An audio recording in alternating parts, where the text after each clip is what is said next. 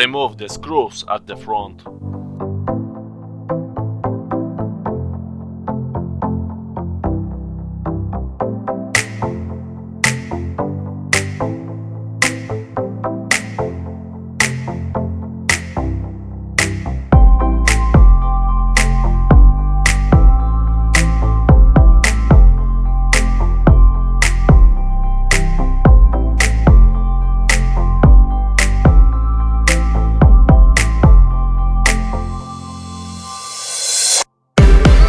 Unplug the power cable.